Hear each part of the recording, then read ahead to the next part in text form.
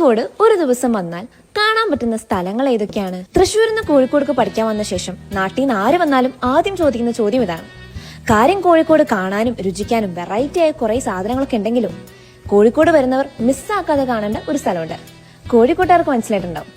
അതെ, കോഴിക്കോടിന്റെ സ്വന്തം മിഠായി തെരുവ്. മിഠായി തെരുവിന്റെ ഇംഗ്ലീഷ് SM സ്ട്രീറ്റ് എന്നാണെന്നും SM സ്ട്രീറ്റിന്റെ full form sweet meat street എന്നാണെന്നും സ്വീറ്റ് മീറ്റ് എന്നുകൊണ്ട് അർത്ഥമാക്കുന്നത് ഹലുവയാണെന്നും നിങ്ങൾക്കറിയായിരുന്നു? പണ്ട് കോഴിക്കോട് ഭരിച്ചിരുന്ന ഒരു സാമൂതിരി അദ്ദേഹത്തിന്റെ കൊട്ടാരത്തിൽ ഹൽവ ഉണ്ടാക്കാനായി ഗുജറാത്തിൽ നിന്നും കുറച്ച് പാചകക്കാരെ വിളിച്ചു വരുത്തി. ഗുജറാത്തികൾ ഹൽവ ഉണ്ടാക്കിയ തെരുവ് പിന്നീട് ഹൽവയുടെ പേരിൽ പ്രശസ്തമായി. കടൽ കടന്നെത്തിയ അറബികൾക്കും പോർച്ചുഗീസുകാർക്കും മാംസം പോലിരിക്കുന്ന ഈ മധുരപലഹാരം ഇഷ്ടമാവുകയും അവർ അതിനെ സ്വീറ്റ് മീറ്റ് എന്ന പേര് നൽകുകയും ചെയ്തു.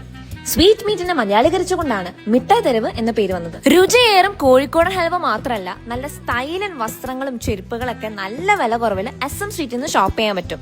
സത്യം പറഞ്ഞാൽ മിഠായി ഒഴിച്ച് ബാക്കി എല്ലാം മിഠായി തെരുവിൽ കിട്ടും. 1960 പുറത്തിറങ്ങിയ SK പൊറ്റക്കാടിന്റെ ഒരു തെരുവിന്റെ കഥ എന്ന നോവലിൽ മിഠായി തെരുവ് കഥാപശ്ചാത്തലമായതിനാൽ തെരുവിന്റെ കഥാകാരനോടുള്ള ആദരവായി അദ്ദേഹത്തിന്റെ പ്രതിമ മിഠായി തെരുവിന്റെ അകത്ത് സ്ഥാപിച്ചതായി നിങ്ങൾക്ക് കാണാൻ സാധിക്കും. മധുരത്തിന് പുറമെ കലയും സാഹിത്യവും 500 വർഷത്തെ ചരിത്രവും പറയുന്ന ഒരു തെരുവാണ് മിഠായി തെരുവ്.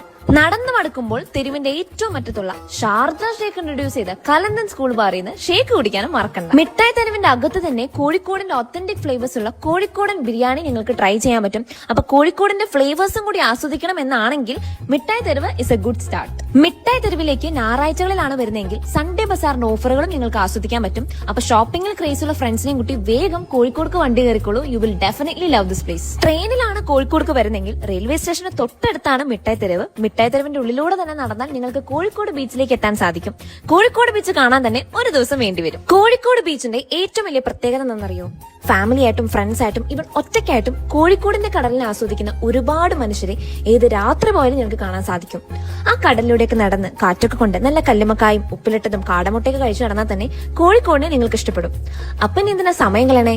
വേഗം കോഴിക്കോട് വണ്ടി കയറിക്കോ, നമുക്ക് എന്തായാലും കാണാം. അപ്പൊ ശരി, keep scrolling. This is Shalin here.